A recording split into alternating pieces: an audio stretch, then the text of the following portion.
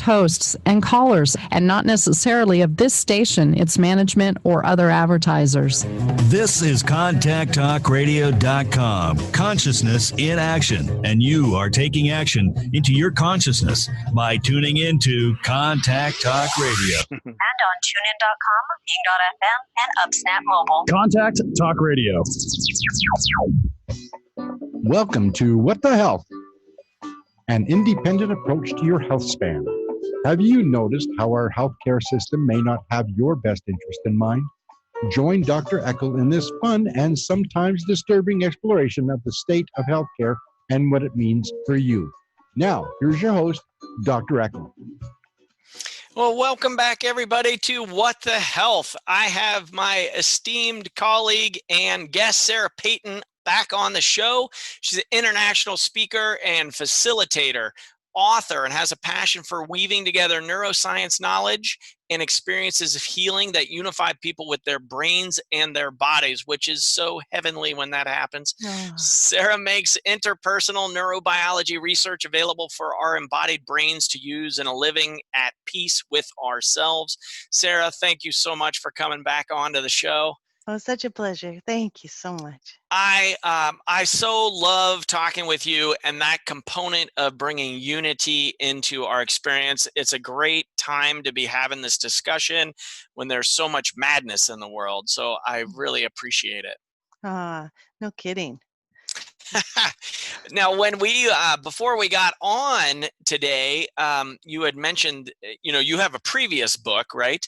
And you are now currently working on a new book, and I'm very excited to talk about both of these and how, even in the greater sense of ancestral, you're writing a new book on contracts with ourselves and our nervous system, which I'm so excited to get into. And then previously, or I guess in addition, you've done a lot of work on ancestral healing as well and family constellation work. It's so fascinating. And as we mentioned before for our viewers and listeners, this work is really, it's so important to consider in light of, a lot of, we don't have a lot of answers for certain conditions. And this is a piece that I've arrived at. I know, Sarah, you have arrived at, because you're writing about it as the expert in the world, around, constellation work and how our ancestry informs what our experience and reality is today. So I guess maybe that might be the starting spot today. If we jump off right there, yeah, the question we can begin with for everybody is, to what extent do you have a sense that your ancestors are standing behind you? And to what extent do you have a sense that you are supported by them? That you don't have to just run on your own energy and your own fuel in this life, but that you get to lean back into the love that has come before you and that is flowing down to you as the descendant, as the little one in the system, as the receiver. Are you willing? Do you have peace with your ancestors? And are you willing to receive their love? Now, one of the ways to begin to think about this, because it can be surprising for those of us in North America who don't think about ancestors very much. We don't have generally altars to our ancestors as they have in other countries. We don't think about them or hold them in our prayers the way it often happens in other countries, unless we've brought that recently from the heritage that we come from. But if you think of yourself, Greg, if you think of yourself as a future ancestor, looking forward into time at your children's children's children, or your nieces and nephews' children's children's children, as you imagine yourself dead, let's say, looking down to see what's happening, I wonder what it's like for you, and I invite you to do that. What happens for you when you imagine those future generations? It's interesting that I'm not a very visual person, but when you ask me directly like that, it looks really good. The future looks really good here. For the line. You have warmth, yeah. Do you have warmth for those little beings? I do, yeah. It's like, it's a very rosy, colorful picture, living in a heavenly state. With nature, the planet is healthy, the culture is thriving and abundant. There's a lot more love out there. Like that, it is a very warm and rosy picture for sure. And you're a source of love for these little beings who haven't even been born yet. Yeah. So Yeah. once we step into that, we start to understand, oh, my ancestors actually are a resource. Because we often have had, trauma has hit all of our families. So there can be splits between the generations. There can be feuds. There can be family members that haven't talked to each other for 50 years. There can be all kinds of splits in our sort of living world of the people we know that we're related to. And when we think of family, it may not conjure images of peace and love and delight. But if we go past the veil of this lifetime and we start to move into the past, it becomes more and more perceptible, a sense of of uh, of well-wishing for the descendants. And so this is one of the sources of strength and support for us moving into our lives. And for those of us who are dealing with any kind of compromised immune system, every source of support and strength, of course, that comes from outside of ourself becomes hugely important. And so the ancestors are one source of support. And sometimes, sometimes I get really tired and I'm like, oh my God, I cannot even get out of bed. And Yeah. I'm lying there and I think, I can't do it. Ancestors, if you want me to get out of bed, give me a push here. Yeah. And So I have just this by direct asking, yeah. I have this sense of being lifted by something beyond myself, that I don't Ooh. have to do it all myself. Which, Is the trick with that is you have to ask for it? well, that's one of the tricks. And Yeah. another of the tricks, as you say, is coming into a sense of their well-wishing for us. And part of this is what the exercise that we've done already, of me inviting you to look at your descendants and see whether or not you feel warmth for them. Yeah. Because if we feel warmth for our descendants, of course our ancestors would feel warmth for us. But another part of it is really kind of making peace with with the stories, making peace with the history, making peace with the way that the traumas of history have impacted our immune system. There's really amazing research that's been coming out about how our grandparents' lives affect our epigenetic profile. So if we have grandparents who lived through the Holocaust, for example, were targeted in the Holocaust, then so those can be folks who are Jewish, those can be folks who are gypsies, those can be folks who were intellectuals in Germany. All of these three groups were targeted very intensely by the Nazis in the Holocaust. Their grandchildren carry an epigenetic alert, like a hyper reactivity to stress, that's just a part of being the grandchild of a grandparent who has had a traumatic experience with history.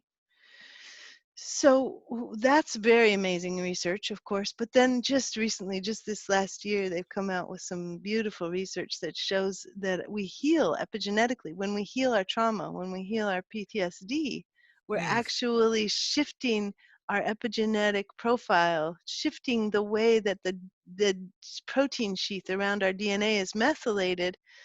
It changes in response to trauma healing, which is really the best news of the last 10 or 20 years. We can heal trauma, and it changes even at the smallest. I mean, we're talking microns of size here with the DNA and our epigenetic sheath. We're talking microscopic changes that happen, that have huge health effects for us. This wasn't even really considered in medicine, right? Up until now, with this research coming out, it had been talked about. We see more culturally different cultures with ancestor remembrances, the Day of the Dead, and other cultures do this so well. How do we remedy this in the United States or North America? How did we get here? Why do we have such a disconnect with ancestor knowledge or support? sometimes I wonder if a piece of this puzzle is connected. This is something I wonder about as well, and I only have speculation. Sure. No clear research that shows me how we became disconnected from our ancestors. Sure. But one of the things I wonder about is the effect of the Christian church Hmm. on our sense of family, because for so many generations, for so many centuries now, the church has proposed itself as the Father, God as the Mm. Father. So we in our Christian religions we have this sense like that if we turn to our ancestors, we might be denying our Hmm. God, that we need to put God first. And I think, Interesting. yeah, that this can change that this has changed Western culture in terms of us really seeing our lineage. Another very interesting piece of this is that whoever has won the battles has actually gets to keep the genetic records, gets to keep Mm. their ancestry records. So whoever are the victors and whoever have the money have the time and the space, have the graveyards, have the books Right. that allow them to track their family history. And something different is becoming available to us now with genetic testing, right? We get to know more about our Mm. ancestors than we've ever known before. We get to do ancestry.com. We get to say, Right. oh, I am 6% Norwegian. Yes. And this was not, I mean, for many of us who came to North America, who immigrated to North America, our families immigrated under difficult circumstances. We were fleeing poverty, we were fleeing famine. There were terrible famines in Eastern Europe and Scandinavia throughout the 1800s that left people literally dying of starvation, not to mention the potato famine in Ireland. All of these families came with nothing. We came without our books. We came without our access to our graveyards. And Mm. so we have this other factor in North America, which is the immigration factor and the separation from the past and from our families back in whatever the countries of origin were. Mm. And in fact, in the 1800s, they used to believe that homesickness was fatal, that you Mm. could die of being homesick for the old country. So Wow. there was a pressure on people not to look back. Hmm. Don't look back or you'll die of heartbreak. Wow. Yeah, yeah. They called it that people were diagnosed with fatal homesickness. Wow. Yeah. That as a heart-centered being, a practitioner in a Chinese medicine framework, right, where the heart, the emperor, empress, there's no disconnect. That statement is it does play out. Like our emperors and empresses, our hearts do drive the boat, right, when you get out of that gray matter and down into heart decision making. Yeah. I see that tie-in there quite clearly when you say it that way. Yes. Yes, absolutely. Well, so what? So a couple things that come up on someone who doesn't know their family lineage, maybe is adopted, um, doesn't have that background. You don't necessarily have to know the details as a fact. Is that Yeah, right? you don't need to know any details. Yeah. Yeah. And are there ways that you found with working with people to help make that connection? Um, Summon or remember more or ask for that support or help, or how to feel it as well? I guess there's the biggies that come up right off the cuff. Yeah, yeah. Yeah. It really depends on where we're working and how much access people have to family stories. Mm-hmm. So if people don't have any access to family stories, if someone is adopted and doesn't know anything about their mother and father and hasn't done an ancestry.com Yeah. um, uh, test, then that person still can have a sense, I came from somewhere. I have a birth mother. I have a birth father. And they are resources for me. And their parents are resources for me. And their parents are resources for me. It's a bit like when we've been adopted, then our sense of being able to draw on our family as support gets truncated, much as it does in trauma, of course, but in trauma, we often have more stories to go with. Mm-hmm. So that's one way of working and oftentimes when we're working with folks who know so little about their family history, we're often working with this life trauma when we're doing constellation work. We're getting a person into a good relationship with themselves, and as they come into a good relationship with themselves, they can begin to imagine a good relationship, a warmth that's flowing even from unknown figures in their immediate past. Now, if we're working with somebody who knows a few stories, this is the most common way that we're working.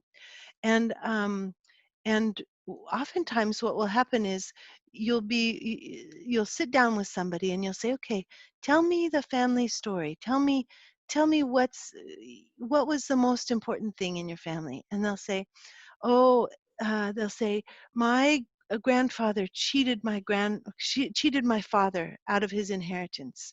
He gave it to the son of the second marriage, and my father was from the first marriage, and he never received what he was supposed to receive. And there's a terrible bitterness and resentment because the grandfather didn't treat his son correctly.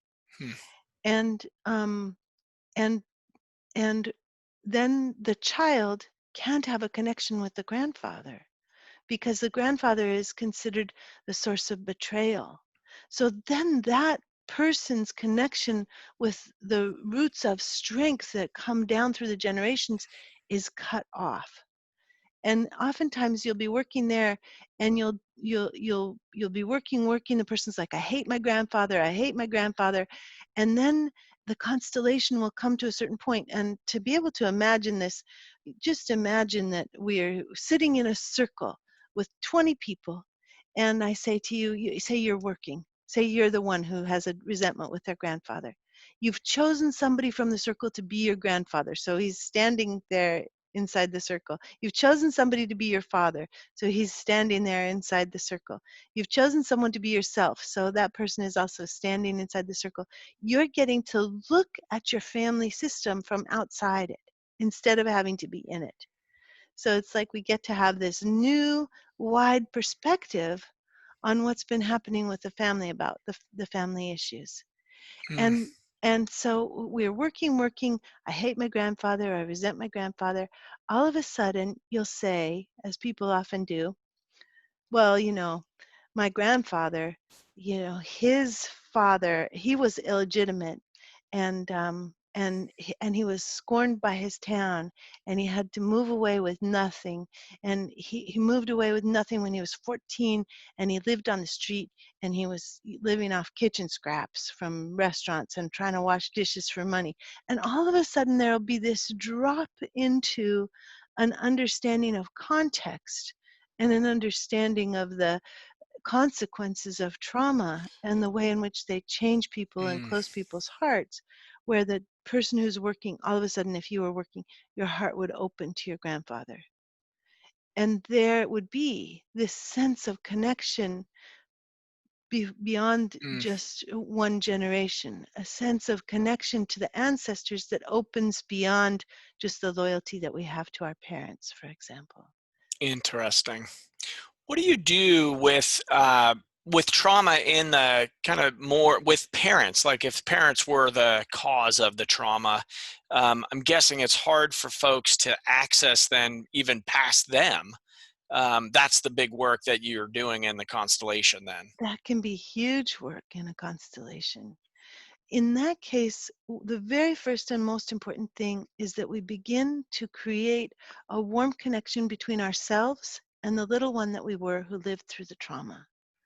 So there's the way the brain works is it continually replays traumatic experience. It doesn't have a timestamp on memories that have been difficult.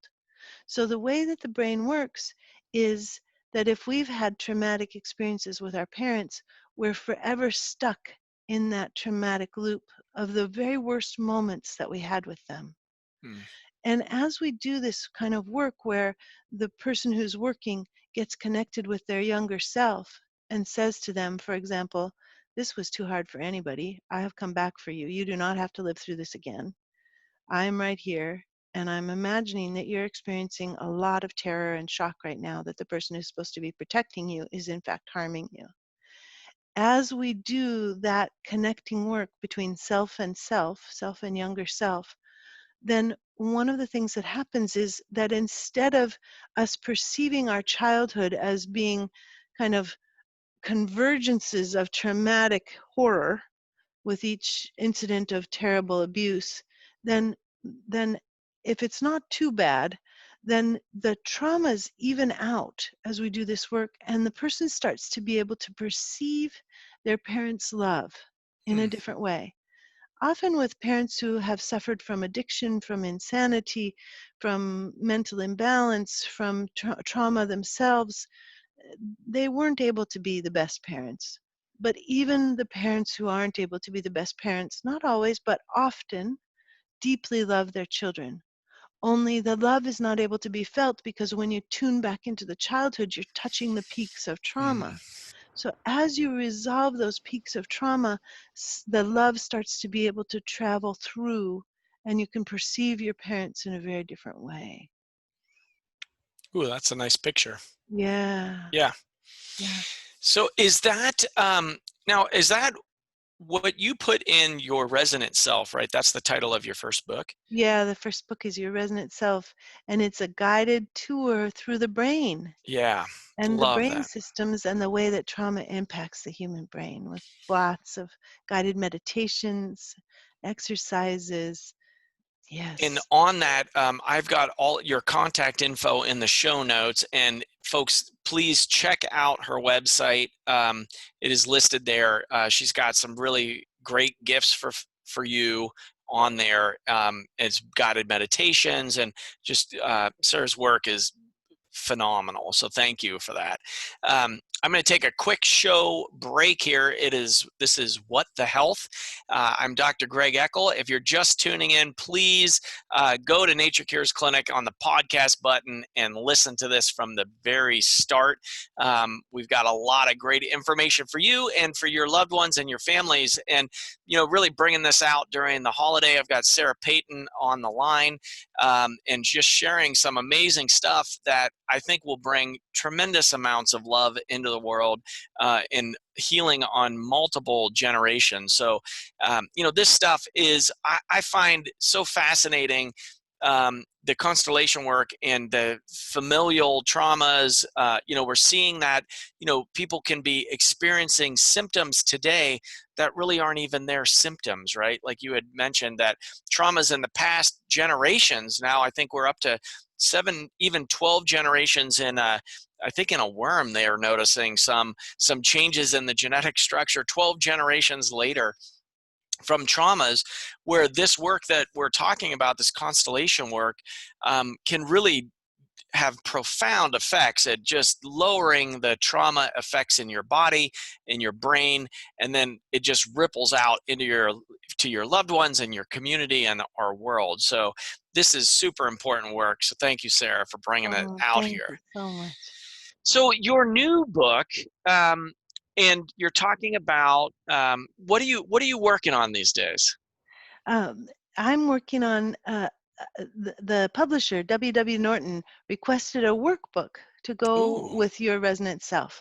yes. And the material that I had not included in Your Resonant Self, that I just started to develop at the time that Your Resonant Self was in the publishing process, was the unconscious contract work, which Mm. wasn't included in the original book, but now is being included and woven in throughout this material, so that we can start to take a look at the way in which our nervous systems have made agreements with us that limit our life energy and Ooh. limit our health and well-being.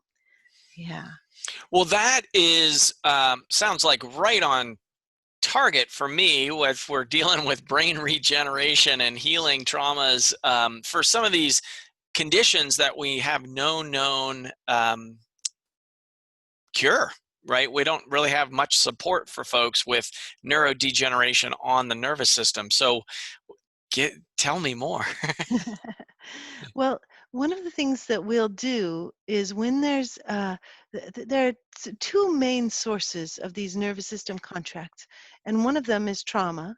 So there's a moment of trauma, And our brain tries to figure out what we did to contribute to the traumatic experience and never do it again. So, for example, if somebody has hurt us who has a particular aftershave, then our brain will be like, never go near somebody with that aftershave again. Mm. Or this will often be true for if you've experienced harm from somebody who's been drinking and smells like alcohol, then later you'll smell somebody who smells like alcohol and your system will be on an unconscious alarm that's like, I have to be really alert because people who smell like this can be very dangerous. Mm.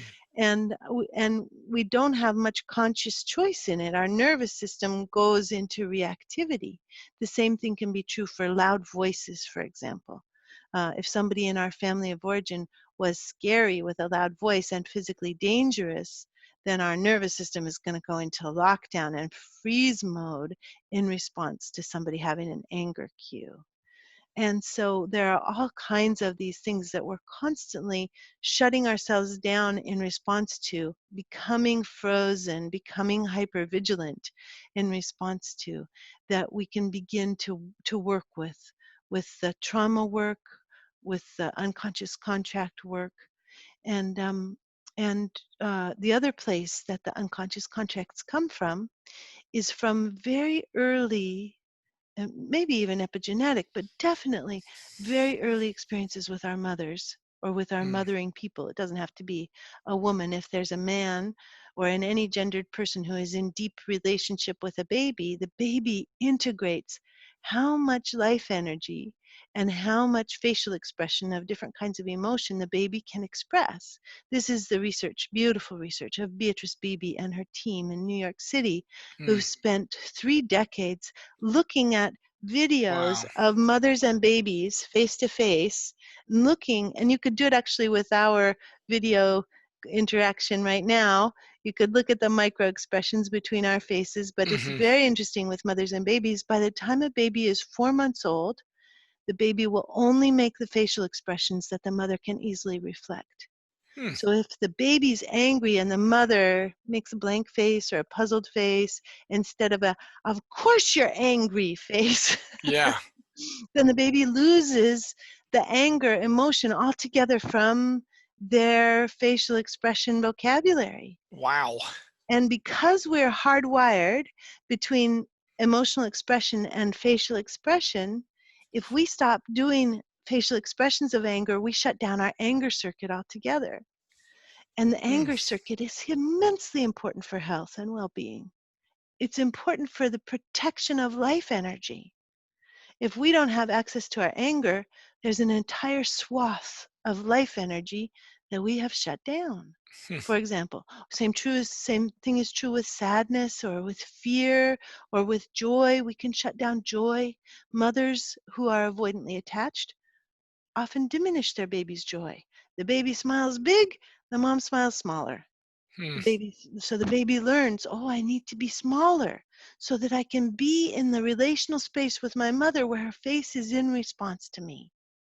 Because, Wow. yeah, little human babies can't do what their mothers can't reflect, because Hmm. it's like being tased when you make a bigger facial expression than the person you're with can reflect.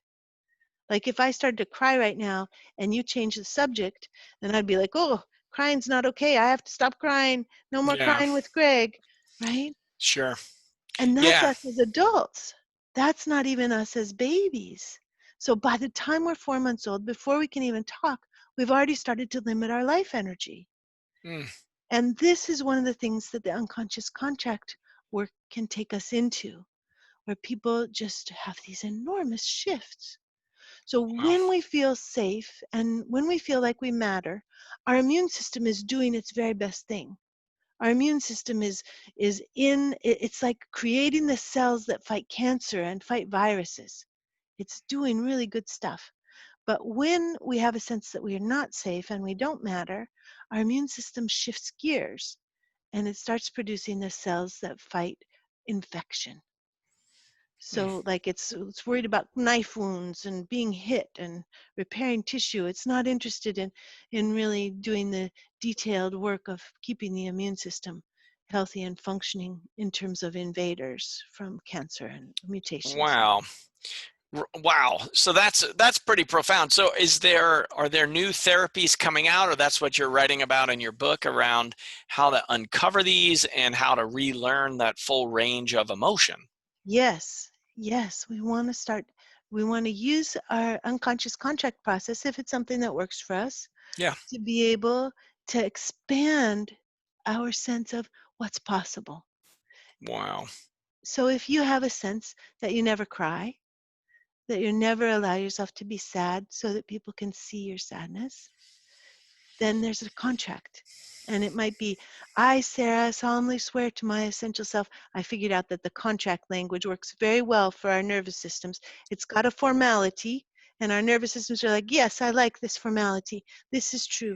I, Sarah, solemnly swear to my essential self that I will not reveal that I am sad in order to keep from being a burden in order to keep from burdening my mother, in order to keep from burdening people, so that they will be able to be happy and I will not make them sad, no matter the cost to myself.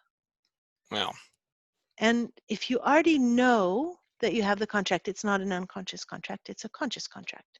sure. So this this work is dedicated to helping you find the unconscious parts of it. Yes. Yeah, in order to, what's the relational need? We often think, oh, I have a need not to cry so that I won't be uncomfortable. But if we start to think about ourselves in relationship and take our relationships seriously, then something different starts to happen. We start to see relational needs. I don't want to cry because I don't want other people to shut down. I want them to stay connected to me. I want to have connection. Hmm. And my body has lived experience that if I cry, my mom's going to turn away. And so if we begin to name this, then people make all kinds of changes. I had this one lady who was always hypervigilant in service of her father, who'd been a pilot in World War II for another country. And when she let go of her contract to always be vigilant, she was standing down with me in an auditorium filled with people. She looked up at this auditorium and she said, oh my God, there are faces out there. Because the vagus nerve, you may be familiar with Stephen Porges and his work with the vagus nerve. When we're in hypervigilance, we can't see people's faces really. We can't see the nuances of their facial expressions. We're just looking for danger. And our eyes find it really difficult to focus on the human face when we're in a vigilant state. So this woman let go of this vow, and then she was like, wow, I can see everybody. She went and got a chair and sat behind me on the stage so that she could just sit there for an hour and look at people's faces. It was like she was drinking in social engagement, as Stephen Porges calls it. She was drinking in what's it like to really be able to see people. Hmm. This happens so often when people let go of these contracts. They start to see. There's a new relaxation that comes, which of course is hugely supportive for immune systems. Wow. Yeah,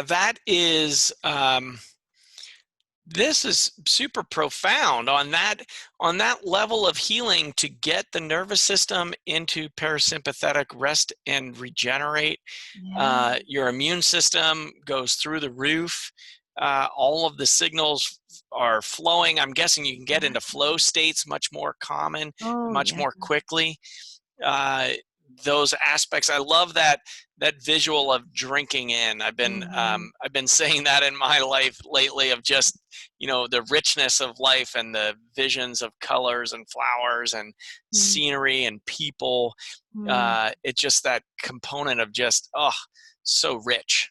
Our eyes come alive Yeah. along with our immune systems when Yeah. we move out of the danger states. Yeah. Yeah. Wow. And so many people are maybe unconsciously carrying these things around because they are surviving. They made it to this point in time, but don't even have the time or the energy to even understand that I made this contract when I was a child, or it could have been even from previous generations. Yes? Can that get Yeah, passed that way? yeah, yeah, of course, because like we mentioned with the Holocaust, with the kids who were in their mother's wombs in 9/11, for example, Yeah. with they've been doing some epigenetic research with Native American descendants, Mm, and seeing the way that trauma, historical trauma, m- puts people into a hypervigilant state that's so profound that it makes changes to the way their DNA is covered or uncovered by their epigenetic sheath, by the protein sheath. wow. And and and these changes that we do with trauma healing allow these PTSD changes that make people hypervigilant to be reversed. Hmm. So we're able to do marvelous things now to change ourselves even at the very most, smallest levels of ourselves.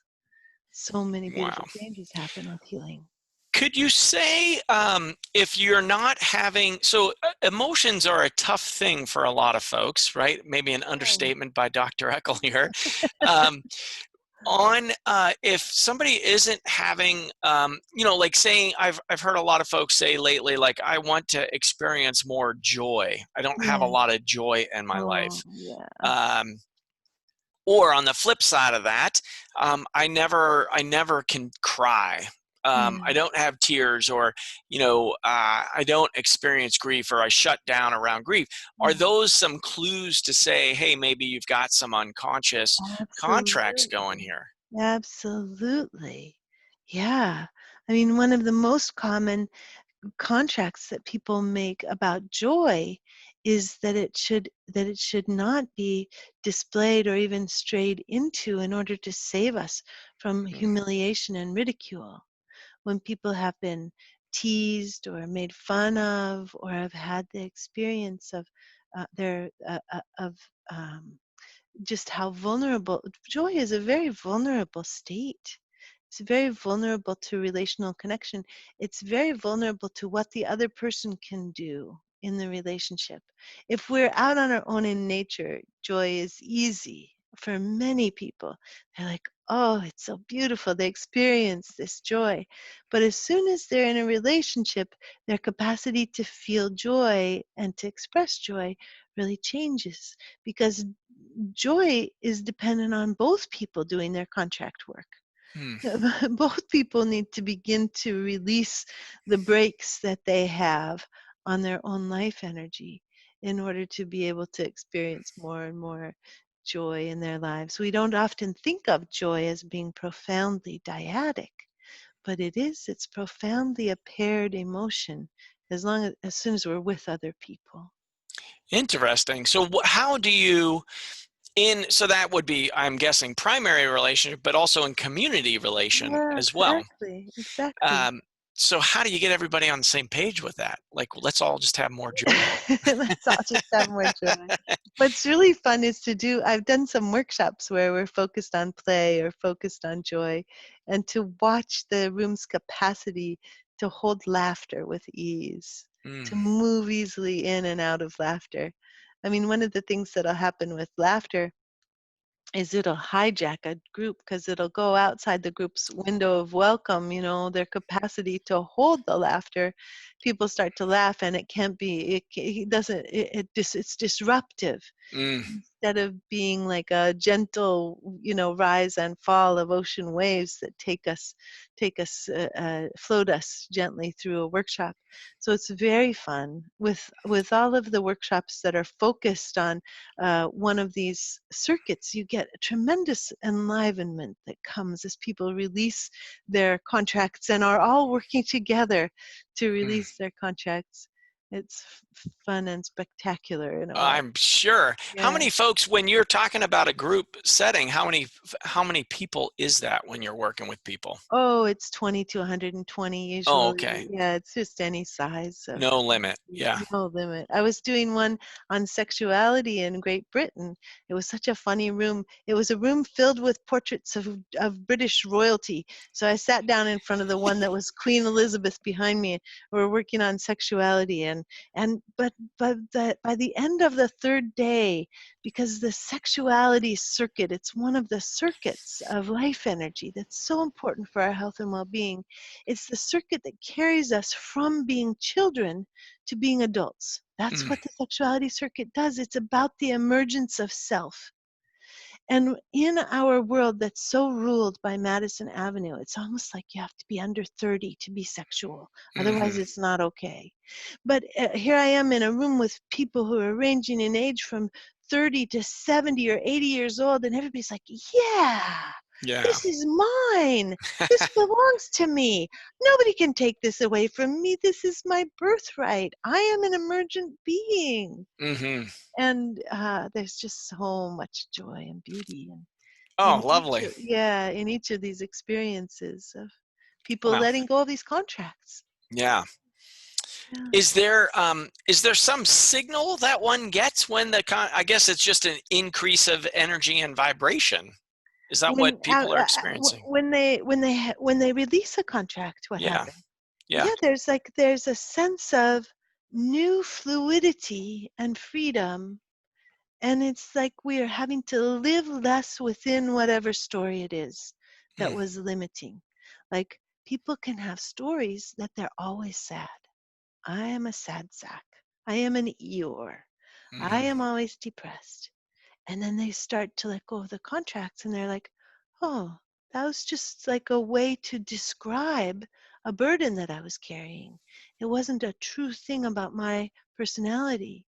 Or people can think I'm always angry, but it's just that no one has ever acknowledged and accompanied the anger. As you said in the beginning of this particular part of our conversation, you said people can have a tough time with emotion. And this is because, as we see from Beatrice Beebe's research, we are dependent on one another for emotional expression. We're always measuring, am I being too much? Am I overwhelming Greg? Am I being too quiet? Am I not saying enough? Am I hitting the right balance? Have I been too sad? Am I straying into my anger? Have I gotten on my soapbox? Am I not listening? It's like we're in a constant measurement that we don't even know about, where we're paying attention to the effect that we have on each other. And so as we do this work, then there's openings into fluidity and a dropping more deeply into relational space. Because if we really enter that space where our voice matters and where we're really safe, then our eyes blossom, our ears blossom, our immune system blossoms. We start to really run on oxygen instead of running on cortisol. And we become more and more and more relational the deeper we go into the releasing of these contracts. The contracts kind of keep us suspended out of relationship, in relationship with the past, and in relationship with who was it okay to be when Sarah was 3 years old. That's a different experience. She was living in her parents' household. She was enormously dependent on them and their nervous systems. And then if she carries those rules into her relationship now with Greg, she's going to have to be much smaller than if she lets go of those contracts and she gets to be what's here now. Is this making sense? Yes. Yeah. And I'm hoping to our listeners and viewers as well.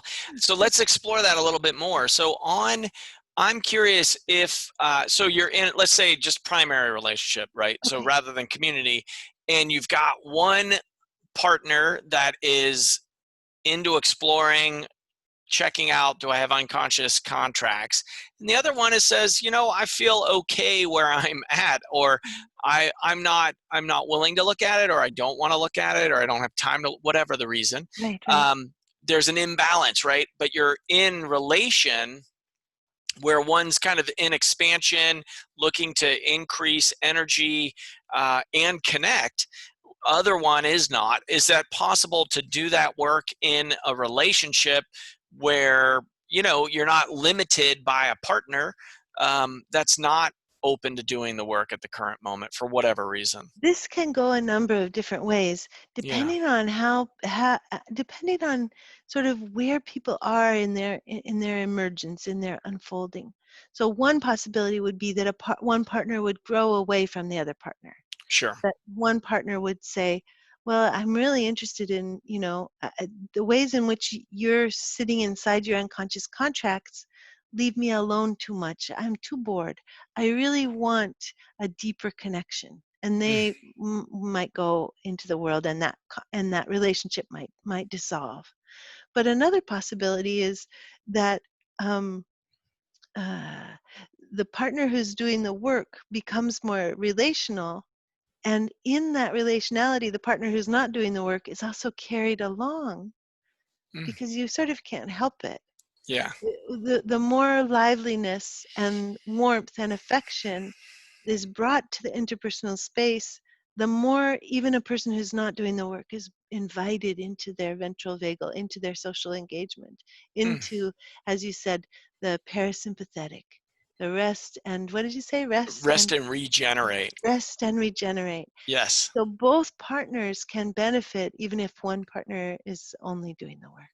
Awesome. Yeah. So then taking it one step further into community, I'm guessing that's why we feel, different cities, towns have different vibes, if we get a little woo-woo on it, which I love to do. But, there's maybe some unconscious agreements of, look, this is acceptable here in our community to fully express self or have some vulnerability that's still safe to be that way. Right. We'll see these cultural differences across the United States, for example.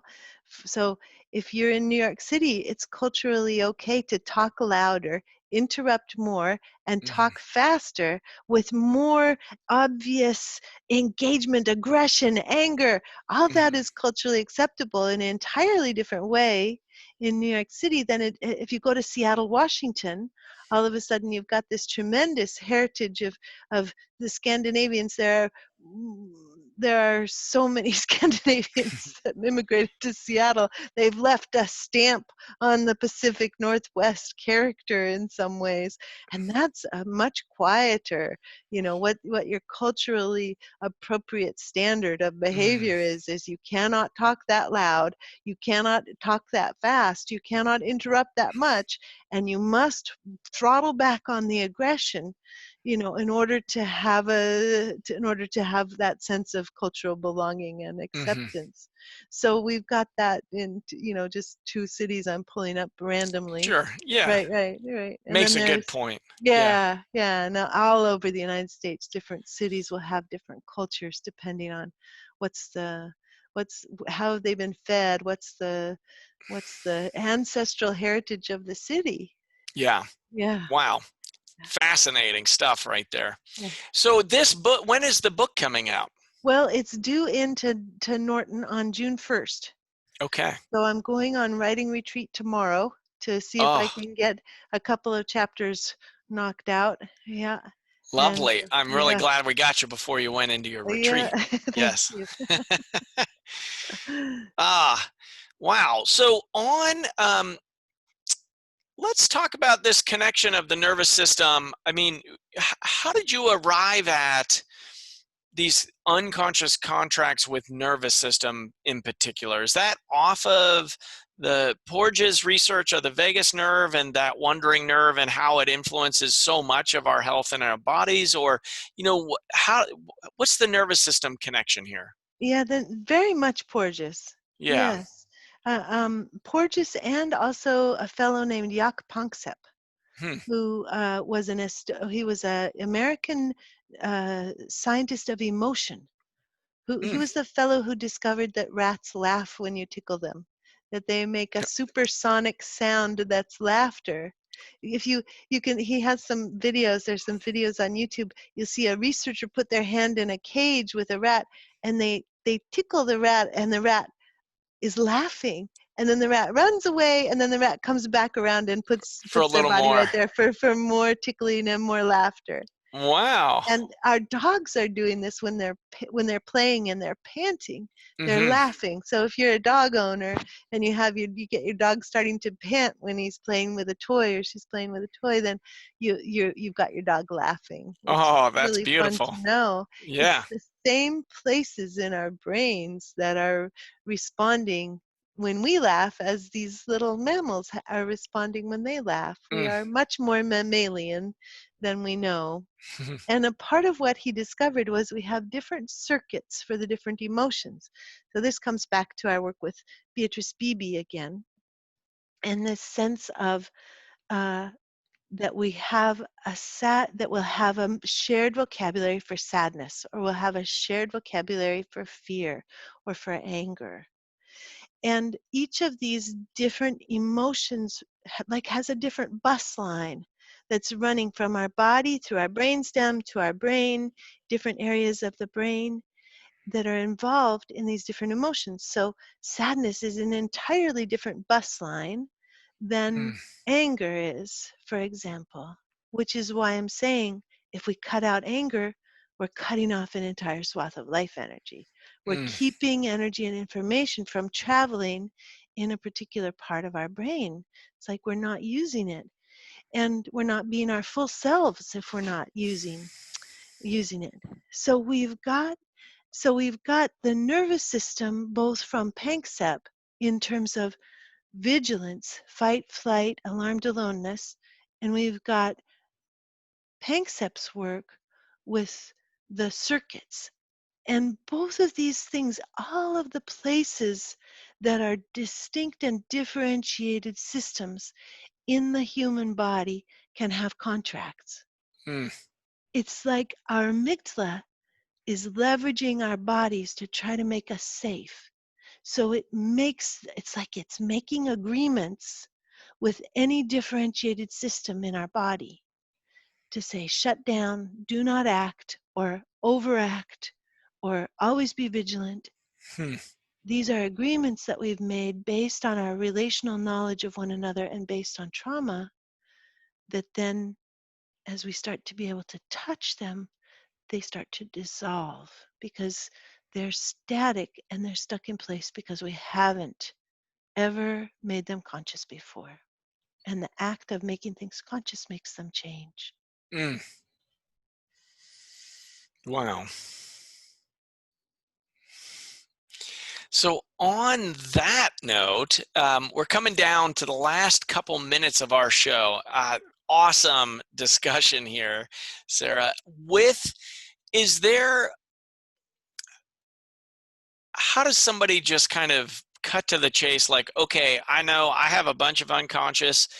I think I have unconscious. How do I discover this? Like, so what's the process? What do Yeah. people do? Well, at this point, because the book hasn't been published yet, Yes, gotta wait. you can go. I've been doing YouTubes and I've been doing webinars Okay. covering this material and working and doing demos with people. So it's very possible to just write to help@empathybrain.com and say, I want the unconscious contract links. Please send them to me so that I can get them from the store. And Love there it. we go. That's a very easy way to do it. Awesome. Thank you. That's great because this is, I think some folks might have some time here at the end of the year. This is a great time, I think, to do that introspection and really detective work for yourselves because you may have some time and, let's make it fruitful because this is the time we plant the seeds for then when your book comes out in June, coming out in the summertime, right? Like that's the big energy rise. We can just follow that tide of energy of really doing some of that deep work now. So Yeah. that's phenomenal. Say that link one more time. So it's Help at empathybrain.com. Send help. us an email and we'll help you out. Lovely. That's a great offer. Everybody tuning in, thank you. This is What the Health. Please share this with your friends and family members. This is essential information for all families out there. This is how we do change the world right here is each of us doing our own work. Really, this is so gratifying to raise energy, get your immune system, your body's functioning in an optimal state, your brains, your hearts, and communities. I mean, as Sarah just so nicely put, it really is, they're these contracts that we make for ourselves, but then in relation to each other. So it's what a gift. What a gift. Any closing remarks that you'd like our listeners, viewers to have after our discussion today? Oh, just that the most important thing is self-warmth. That the most important thing, if you're starting to notice that you have contracts, the thing that makes it softest and easiest to make it through life is to turn to ourselves with warmth and affection and say, well, of course I have contracts. Of course Nice. I decided it wasn't a good idea to cry.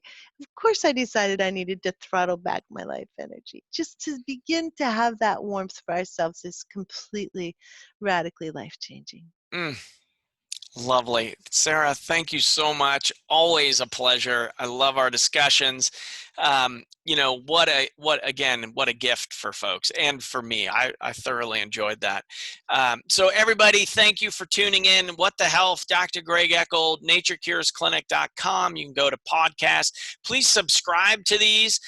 We're out every Tuesday from 2 to 3 Pacific Coast time. Would love to have you along. Please share it with your friends and family. Write us a review if you're so inclined so we can help get this information out to everybody. So thanks for coming aboard. Thank you so much, Greg.